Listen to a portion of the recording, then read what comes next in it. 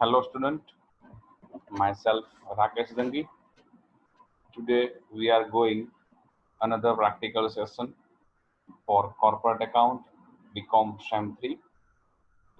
In last lecture we completed question number 6. So today we are going to start another question number 7 as per you seen in your on your screen. Question number 7. Balance sheet of Aneri Limited is as under as on 31st March 2016. Aneri Limited નું 31/3/2016 ના રોજનું balance sheet આપણને આપેલું છે. A scheme of capital reduction was approved by the tribunal was as under. અદાલત દ્વારા જે યોજના મંજૂર કરવામાં આવેલી હતી તે નીચે પ્રમાણે હતી. Scheme number 1. Equity shares are to be reduced by ₹5 per share. Equity share છે એ દરેક ₹5 ઘટાડવાનો છે. Second, preference shares are to be reduced up to ₹70 per share. Be remember up to ₹70. ₹70 સુધી દરેક પ્રેફરન્સ શેર ઘટાડવાનો છે. બેલેન્સ શીટમાં તમે જોઈ શકો છો પ્રેફરન્સ શેર્સ છે એ ₹100 નો પેઇડ અપ છે. 100 માંથી ₹70 સુધી અપ ટુ 70 ₹70 સુધી ઘટાડવાનો છે. મતલબ કે ઉપરના જે ₹30 છે એ રિડ્યુસ થઈ જશે પર share.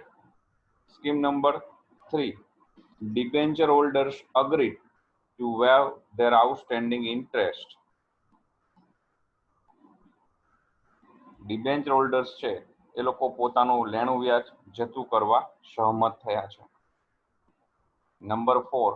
As a part settlement, debenture holder agreed to accept freehold property for ₹50,000. In bracket, book value ₹40,000. As a part settlement, અંશત ચુકવણી પેટે ડિબેન્ચર હોલ્ડર્સ છે એ લોકો અગ્રી થાય છે શેના માટે? કંપની જોડે જે ફ્રી હોલ્ડ પ્રોપર્ટી છે એ ફ્રી હોલ્ડ પ્રોપર્ટી એ લોકો અંશત ચુકવણી પેટે સ્વીકારી લેશે. તો એ જે પ્રોપર્ટી એક્સેપ્ટ કરે છે ડિબેન્ચર હોલ્ડર્સ એ પ્રોપર્ટીની કંપનીની બુકમાં વેલ્યુ 40,000 છે પણ એ લોકોએ 50,000 50,000માં એક્સેપ્ટ કરે છે. તો બે રીતે એને કન્સિડર કરી શકીએ આપણે. ફર્સ્ટ વન કે ડિબેન્ચર હોલ્ડર્સની 50,000 ની લાયબિલિટીઝ છે આપણે સેટલ કરીએ છીએ પણ એની સામે 40,000 ની જ એસેટ્સ આપણે ઇસ્યુ કરીએ છીએ. મતલબ આપણી એસેટ્સમાં આપણને ₹10,000 પ્રોફિટ થાય છે એવું બી ગણી શકાય. અથવા તો ડિબેન્ચર હોલ્ડર્સ છે એ 40,000 ની પ્રોપર્ટી 50,000 ની લાયબિલિટીઝ તરીકે એક્સેપ્ટ કરી લેશે. મતલબ કે લાયબિલિટીઝમાં ₹10,000 આપણને બેનિફિટ થાય છે. એ રીતે બી ગણી શકાય. બેમાંથી કોઈ પણ પોઈન્ટ કન્સિડર કરો ઓવરઓલ તમને ₹10,000 બેનિફિટ થાય છે. Number 5. Remaining freehold property revalued at ₹1,37,500. Debenture holders 40,000 ની બુક વેલ્યુ વાળી પ્રોપર્ટી એક્સેપ્ટ કરે છે. બાકીની જે ફ્રીહોલ્ડ પ્રોપર્ટી છે એની રીવેલ્યુએશન પુનઃમૂલ્યાંકન થાય છે અને એની કિંમત ₹1,37,500 ₹1,37,500 એની કિંમત નક્કી થાય છે. ઇન્વેસ્ટમેન્ટ વેર સોલ્ડ ફોર ₹40,000. રોકાણો છે એ કંપની ₹40,000માં વેચી નાખે છે. Number 7. Preference dividend is not declared since 1st April 2013. 1/4/2013 થી પ્રેફરન્સ ડિવિડન્ડ ડિક્લેર નથી થયું. Preference holders forgo their 50% amount of dividend and for remaining 50% accept equity shares of ₹5 paid. તો preference હોલ્ડર્સને 1/4/13 થી કંપનીએ ડિવિડન્ડ નથી ચૂકવેલું. હવે એ લોકો એ ડિવિડન્ડ જેટલું બાકી નીકળે છે અત્યાર સુધીનું એમાં 50% ફોરગો જતું કરે છે અને બાકીનું 50%ના બદલામાં કંપની એ લોકોને 5 રૂપિયાવાળા પેડ અપ થયેલા ઇક્વિટી શેર આપે છે, જે તેઓ સ્વીકારી લે છે. Number next, intangible and fictitious assets are to be written of.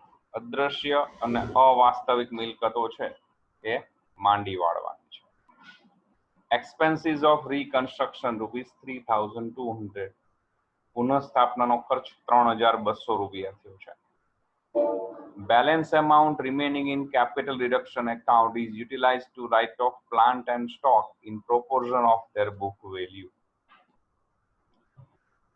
Capital reduction fund account આપણે સેટલ કરીએ એટલે કે સોર્સનો ટોટલ અને યુટિલાઇઝનો ટોટલ કરીએ અને બાય ચાન્સ એમાં ડિફરન્સ જનરેટ થાય થશે જ, કારણ કે પોઈન્ટ આપેલો છે એટલે.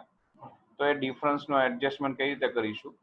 જો સોર્સ સરપ્લસ હોય તો આ જનરલ રૂલ પ્રમાણે આપણે એને કેપિટલ રિઝર્વમાં લઈ જઈએ છીએ. બટ અહીંયા સોર્સ જે સરપ્લસ આવશે એને યુટિલાઇઝ ક્યાં કરવાનું છે? તો એના માટે સૂચના છે પ્લાન્ટ અને સ્ટોક આ બંને પ્રોપર્ટીને એની બુક વેલ્યુ છે એનો જે પ્રોપોર્શન એનું જે પ્રમાણ મળે એ પ્રોપોર્શન વાઇઝ એને એટલા રિડ્યુસ કરવાના છે, ઘટાડવાના છે. Pass necessary journal entry and prepare balance sheet in the books of the company. જરૂરી આમ નોંધ લખવાની છે અને કંપનીના ચોપડે આમ નોંધ લખવાની છે. આમ નોંધ અને બેલેન્સ શીટ બનાવવાનું છે. ઓકે, તો હવે આપણે એના આન્સર તરફ જઈએ.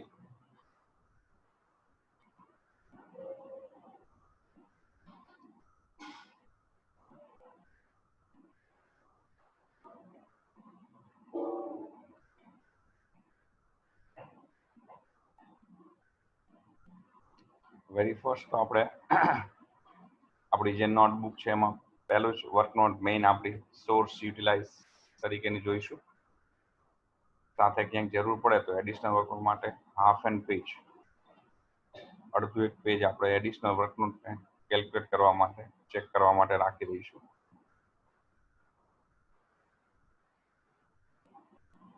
અને ત્યાર પછી જર્નલ એન્ટ્રીને એના ઉપરથી બનાવીશું.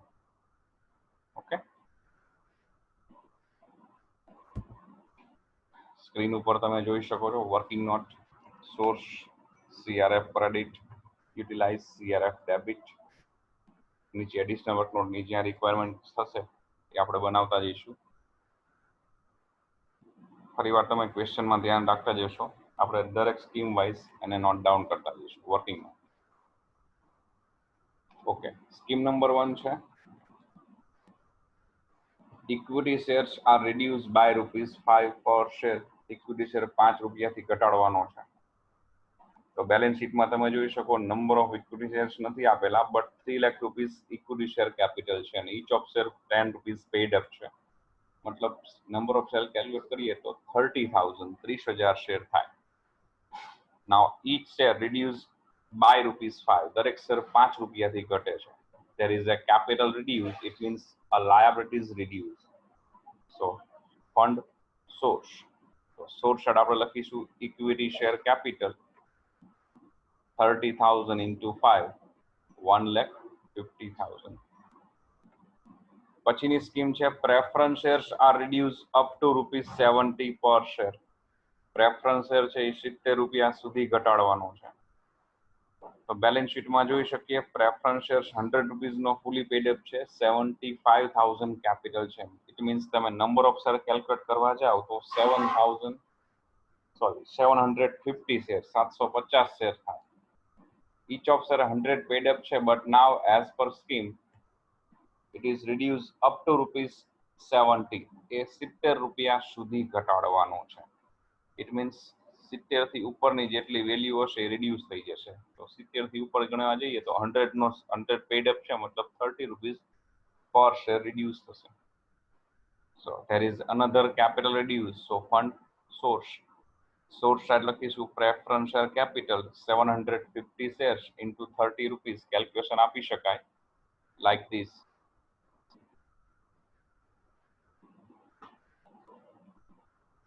તો 22,500. નેક્સ્ટ સ્કીમ હતી debenture holders forgo their claim for outstanding interest. એ લોકો એમનો બાકી વ્યાજનો હક જતો કરે છે.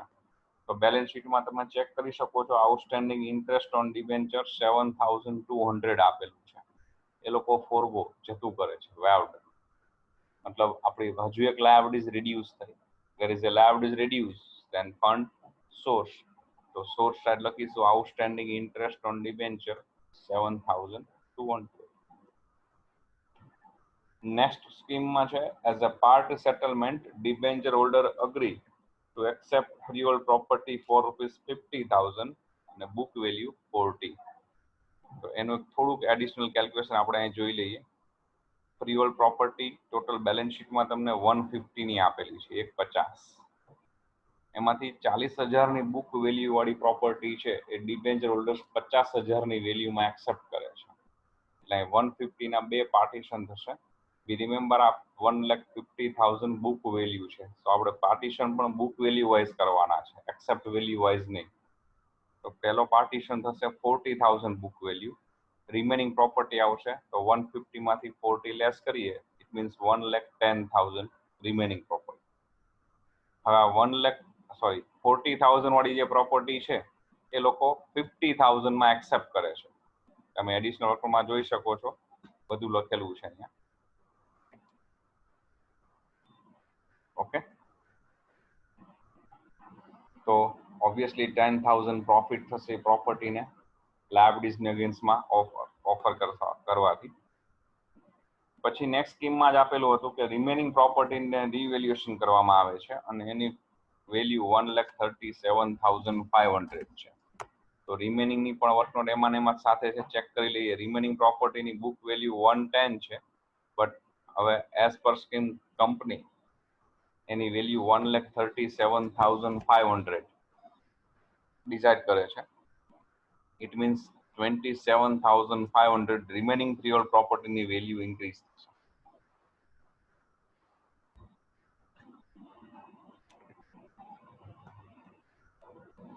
ફરી પાછા આવી જઈએ વર્કનોટમાં. તો ડિબેન્ચર હોલ્ડર્સનું એમની લાયબિલિટીઝ પાર્ટ પેમેન્ટ કરતા આપણને પ્રોફિટ થાય છે 10,000 અને રિમેનિંગ પ્રોપર્ટી જે ફ્રીહોલ્ડ પ્રોપર્ટી છે એમાં 27,500. ઓકે, સ્કીમ નંબર 6 માં તો ઇન્વેસ્ટમેન્ટ વેર સોલ્ડ ફોર 40,000. રોકાણો 40,000 માં વેચી નાખ્યા હતા. બેલેન્સ શીટમાં તમે જોઈ શકો ઇન્વેસ્ટમેન્ટની બુક વેલ્યુ 30 છે, સોલ્ડ આઉટ થાય છે 40 માં. એડિશનલ વર્કનોટ અહીં આપેલી છે, મતલબ 10,000 રૂપીસ ત્યાં ઇન્વેસ્ટમેન્ટમાં બી પ્રોફિટ થાય છે. તો ફરી પાછો પ્રોફિટ મતલબ ફંડ સોર્સ. તો source side profit on sale of investment 10,000. Next scheme હતી preference dividend is not declare from 1st April 2013 અને પછી ડિક્લેર કરે છે એમાં 50% એ લોકો ફોરગો જતું કરે છે અને 50%માં એ લોકો ₹5 paid up equity share accept કરે છે. તો એની એડિશનલ વર્કનોટ જોઈએ. વર્કનોટ નંબર 3 છે preference dividend from 1st April 2013 to 31st March 2016 is equal to 3 yearsનું remaining છે dividend. 75,000 preferential capital paid up as per balance sheet. There is a rate of dividend is 8% and into 3 is a number of year. Calculator કરીશું તો 18,000 રૂપિયા dividend બાકી નીકળે છે. હવે એ 18,000 નું 50% એ લોકો ફોરગો જતું કરે છે. બાકીનું 18,000 ના બીજા 50% એટલે કે 9,000 રૂપીસ એ લોકો એની અગેન્સ્ટમાં ઇક્વિટી શેર ₹5 ના પેડ અપ શેર્સ એક્સેપ્ટ કરી લે છે. તો preference dividend be remember it is a unrecorded liability, ચોપડે નહીં નોંધાયેલી જવાબદારી થઈ. તમે બેલેન્સ શીટમાં જુઓ તો અત્યારે preference dividend as a liability તરીકે તમને બેલેન્સ શીટમાં નહીં આપે. બાય ચાન્સ વર્ડ આપેલો હોય તો પણ એની વેલ્યુ કેલ્ક્યુલેશનમાં ન હોય. ઓકે, તો અહીંયા ડિવિડન્ડ આપણે અનરેકોર્ડેડ લાયબિલિટી તરીકે પે કરીએ છીએ. તો ફંડ યુટિલાઇઝ લખશું preference dividend in bracket equity શેરના ફોર્મમાં પે આઉટ કરીએ છીએ. તો ઇક્વિટી શેર 9,000. નેક્સ્ટ સ્કીમ છે write off intangible and fictitious assets.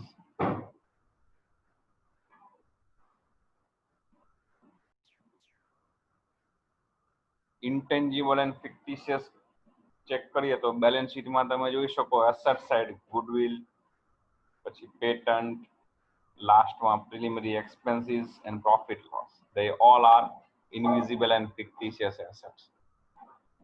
Now they are write off. So goodwill 100% amount 37,500, patents 100% amount 20,000, preliminary expenses 100% amount 15,000, and profit and loss account 100% amount 87,500. Right of માંડી વાળશું, ચોપડેથી મિલકત કાઢી નાખશું, assets reduce થશે, સો fund utilise. Next સ્કીમમાં છે expenses of reconstruction is ₹3,200. પુનઃસ્થાપનાનો આ ખર્ચ થયો છે, કંપની રીએસ્ટાબ્લિશ થાય છે, પોતાનું કેપિટલ સ્ટ્રક્ચર છે એ રિવાઇઝ કરે છે, તો એની પ્રોસેસનું જે ચાર્જીસ છે 3,200 છે. ઓબ્વિયસલી આ પણ અનરેકોર્ડેડ એક્સપેન્સ છે, ચોપડે નથી એવો ખર્ચો થયો છે, તો એની પણ ડબલ ઇફેક્ટ થશે. બટ અહીં ચોપડે નથી એવો એક્સપેન્સ છે માટે ફંડ યુટિલાઇઝ.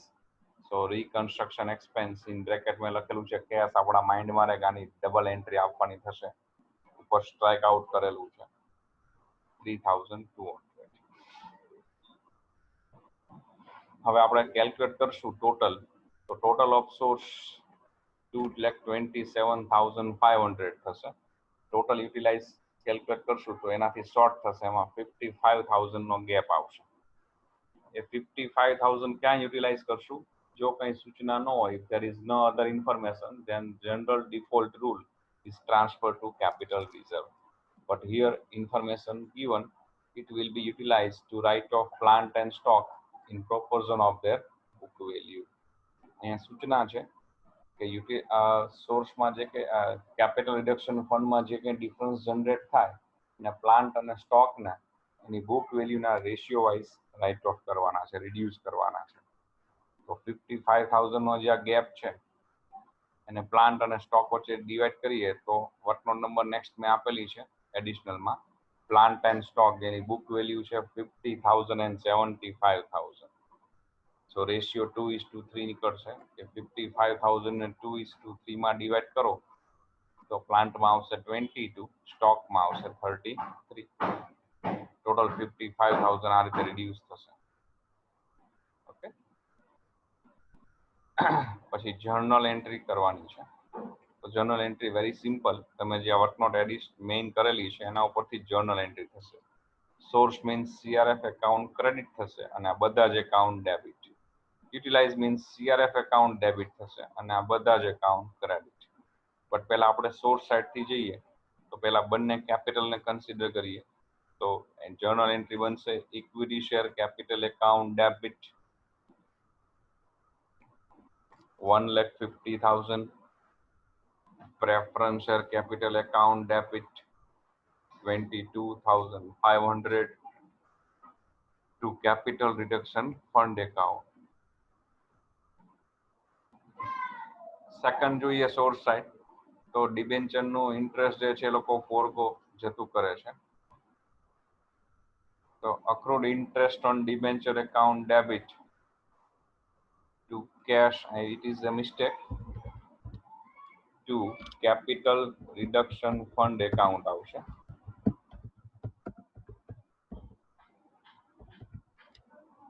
ફોરગો જતું કરે છે. નેક્સ્ટ જોઈએ તો ડિબેન્ચર્સ પાર્ટ પેમેન્ટમાં પ્રોપર્ટી એક્સેપ્ટ કરે છે અને પ્રોપર્ટી એક્સેપ્ટ કરતા આપણને એટલે કે કંપનીને 10,000 રૂપીસ બેનિફિટ થાય છે. તો લાયબિલિટીઝ બી પે આઉટ થાય છે, એસેટ્સ એના અગેન્સ્ટમાં પે ઇસ્યુ થાય છે અને પ્રોફિટ બી થાય છે. બધા જ પોઈન્ટને કવર કરતી એક કોમન એન્ટ્રી બનશે ડિબેન્ચર હોલ્ડર્સ એકાઉન્ટ ડેબિટ 50,000. 50,000ની ડિબેન્ચરની લાયબિલિટીઝ આપણે પે આઉટ કરી દીધી બાય ફ્રીહોલ્ડ પ્રોપર્ટી. તો 2 ફ્રીહોલ્ડ પ્રોપર્ટી એકાઉન્ટ, બટ અહીંયા આપણે પ્રોપર્ટી જે ઇસ્યુ કરીએ છીએ એની બુક વેલ્યુ ઓલવેઝ રેકોર્ડ થાય. કોઈ પણ એસેટ્સ તમે સેલ કરો ઓર તમે કોઈ લાયબિલિટીઝની અગેન્સ્ટમાં ઇસ્યુ કરી દો એસેટ્સને, તો એ એસેટ્સનું એકાઉન્ટ એની બુક વેલ્યુથી જ ક્રેડિટ થાય, નોટ એ issue price. Okay, so freehold property account 40,000 and benefit છે એ આપણો સોર્સ તો to capital reduction fund account 10,000. Next આપણે ઇન્વેસ્ટમેન્ટ સેલ કરીએ છીએ અને એમાં પણ પ્રોફિટ થાય છે, તો એની એન્ટ્રી લખીએ તો bank account debit, investment sale કરશું પૈસા મળશે 40,000. To investment account 30,000. To capital reduction fund account 10,000. Remaining freehold પ્રોપર્ટીને આપણે રિવાઇઝ કરીએ છીએ અને એની વેલ્યુ બી અપ થાય છે. So assets increase then fund source, તો એની પણ એન્ટ્રી આપણે કરેલી વર્કનોટ કરેલી છે.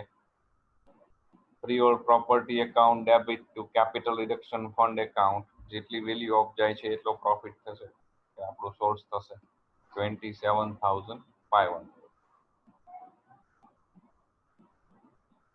યુટિલાઇઝ સાઈડ જઈએ તો પ્રેફરન્સ ડિવિડન્ડ સ્ટ્રાઇક આઉટ કરેલું છે, એની બે એન્ટ્રી થાય. એમાંની પહેલી એન્ટ્રી આપણે આપી દઈએ preference dividend account debit to equity share capital account, because 50% dividend એ લોકો ફોરગો કરે છે, જે એની એન્ટ્રી પણ નહીં થાય અને ક્યાંય રેકોર્ડ બી નહીં થાય, બીકોઝ એ અનરેકોર્ડેડ લાયબિલિટીઝ છે અને અનરેકોર્ડેડ લાયબિલિટીઝ જો પે કરવાની થાય તો ડબલ ઇફેક્ટ થાય, પણ લેટ ગો થાય, ફોરગો થાય તો એની ક્યાંય જ ઇફેક્ટ ન આવે. તો જે 50% ફોરગો કરશે એની કોઈ એન્ટ્રી નહીં બને, કોઈ વર્કનોટ ક્યાંય કંઈ ઇફેક્ટ નથી આપવાની, બટ રિમેનિંગ 50% ની અગેન્સ્ટમાં આપણે ઇક્વિટી શેર ઓફર કરીએ છીએ, આ એની એન્ટ્રી છે.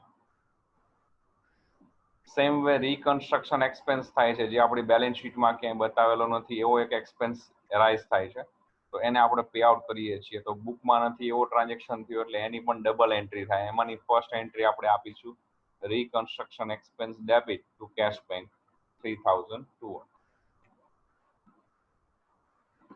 નેક્સ્ટ એન્ટ્રી બધા જ પોઈન્ટ સાથે લઈ લઈએ યુટિલાઇઝ સાઈડના, તો capital reduction fund account debit to preference dividend to goodwill to patent to preliminary expense to profit and loss to reconstruction expense. Dividend અને રીકન્સ્ટ્રક્શન બંને અનરેકોર્ડેડ પોઈન્ટ છે, તો એની ડબલ એન્ટ્રી થાય. એમાંની પહેલી એન્ટ્રી આપણે એન્ટ્રી નંબર 6 અને 7 જોઈ ગયા, અને એન્ટ્રી નંબર 8 એ બંને પણ સાથે આવશે એટલે એની ડબલ એન્ટ્રી કમ્પ્લીટ થઈ જશે. લાસ્ટનો જે ગેપ જનરેટ થાય છે એને આપણે as per information, as per decided in scheme, plant and stock reduce in proportion of their book value. So capital reduction fund account debit 55,000, to plant account 22, to stock account 33,000. Balance sheet જોઈએ તો balance sheet of Aneri limited as on 31st March 2016 in bracket and reduce. Be remember, આ લખવું જરૂરી છે. કોઈ પણ company રિડક્શનની scheme apply કરે અને રિડક્શનની સ્કીમ કમ્પ્લીટ થયા પછીનું જે બેલેન્સ શીટ બને એમાં એને બ્રેકેટમાં એન્ડ રિડ્યુસ લખવું જરૂરી છે, કમ્પલસરી છે. બેલેન્સ શીટનું ફોર્મ રેગ્યુલર આપણે જે જોઈએ છીએ એ જ પ્રમાણે ઇક્વિટી એન્ડ લાયબિલિટીઝ, એમાં શેર હોલ્ડર્સ ફંડ, એમાં એ share capital, B reserves and surplus, એમાં તો કાંઈ જ નહીં આવે, પણ શેર કેપિટલ એનો નોટ નંબર 1 બનાવેલો છે, આપણે જોઈ લઈએ. તો બેલેન્સ શીટમાં 30,000 શેર 10 રૂપીઝના હતા, પણ એસ પર સ્કીમે 5 રૂપીઝ રિડ્યુસ થઈ ગયા, તો now 30,000 equity share of ₹5 each fully paid. મેં બ્રેકેટમાં ઓલ્ડ લખ્યું છે એટલે તમને ખ્યાલ આવે કે જૂના જે બેલેન્સ શીટમાં હતા એ જ 150. પછી કંપની ડિવિડન્ડની અગેન્સ્ટમાં, પ્રેફરન્સ ડિવિડન્ડની અગેન્સ્ટમાં ઇક્વિટી શેર ઓફર કરે છે. ટોટલ ડિવિડન્ડ પે આઉટ કરે છે 9,000. each of share 5 rupees no paid up છે, so 9,000 divided by 5 કરો એટલે 1,800 શેર ઇસ્યુ કરેલા હોય. તો આ સેકન્ડ પોઈન્ટ એ લખેલો છે 1,800 equity shares of ₹5 each fully paid in bracket for preference dividend. બ્રેકેટમાં આપણા નોલેજ માટે છે, it is not compulsory show કરવું. તમને માઇન્ડમાં રહે કે આ ડિવિડન્ડની અગેન્સ્ટમાં શેર ઇસ્યુ કર્યા છે, આ એ ટાઈપ એ શેર છે. સો 9,000 એ, અને 750 પ્રેફરન્સ 100 નો પેડ અપ હતો, બટ અપ ટુ 70 રિડ્યુસ થઈ ગયો, 70 સુધી, મતલબ 30 રૂપિયા ઘટી ગયો. હવે પ્રેફરન્સ 70 રૂપીઝ નો જ રહેશે. સો ₹70 each fully paid, એની વેલ્યુ 52,500. ટોટલ આવશે નોટ 1 નો 2,11,500, જે અહીંયા આપણે બેલેન્સ શીટમાં શો કરેલો છે. નોન કરન્ટ લાયબિલિટીઝમાં એ લોંગ ટર્મ બોરોઈંગ, જેમાં ડિબેન્ચર, કોઈ બેંક લોન કે એવું શો થશે. ડિબેન્ચર એકચ્યુઅલી 80,000 ના હતા, બટ એઝ પર સ્કીમ એમાંથી 40,000 ની પ્રોપર્ટી એ લોકો 50,000 તરીકે એક્સેપ્ટ કરે છે. મતલબ 80 માંથી 50,000 ની ડિબેન્ચર લાયબિલિટીઝ પે આઉટ થઈ ગઈ, તો રિમેનિંગ 30,000 શો કરીશું. કરન્ટ લાયબિલિટીઝમાં ટ્રેડ પેએબલ્સ, જેમાં ક્રેડિટર્સ અને બિલ્સ પેએબલ આવે. બિલ્સ પેએબલ તો નથી, ક્રેડિટર્સ છે એ આપણે એઝ ઇટ ઇઝ શો કરશું, બીકોઝ કોઈ સ્કીમ ક્રેડિટર્સમાં એપ્લાય નથી થઈ. સો as it is 87,800. Other current liabilities કાંઈ નથી, ટોટલ થશે 3,29,300.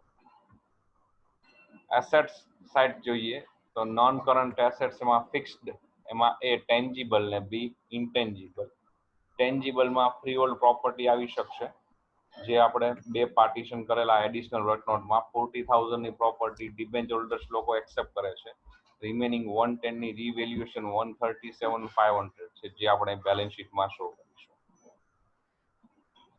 પ્લાન્ટ 50,000 નો હતો, પણ એઝ પર સ્કીમ એમાં 22 લાસ્ટ ડિફરન્સ જે છે એડજસ્ટ કર્યો છે, એમાં રિડ્યુસ થઈ ગયા. સો 28 પ્લાન્ટ, ટોટલ થશે 1,65,500. ઇન્ટેન્જીબલ બધી જ આપણે રાઇટ ઓફ કરેલી છે, એટલે બતાવીશું નહીં.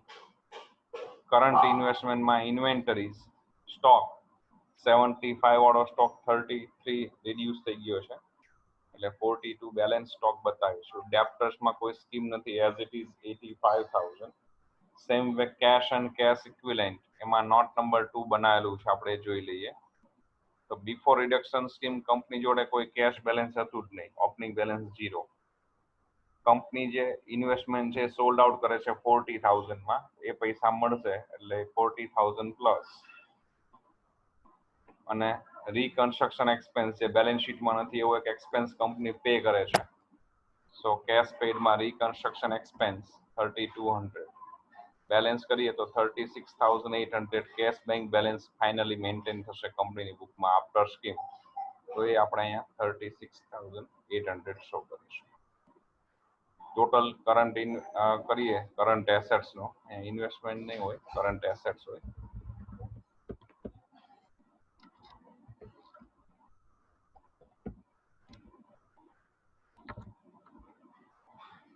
એ થશે 1,63,800. ઓકે, બધા જ પ્રેક્ટિકલ ક્વેશ્ચન સિમિલર આ ટાઈપના આવશે. 2 કે 3 સમ તમે ધ્યાનપૂર્વક થોડુંક કેલ્ક્યુલેશન સમજીને ગણો, પછી ઓટોમેટિકલી બાકીના સમ ઓલમોસ્ટ તમને આવડશે.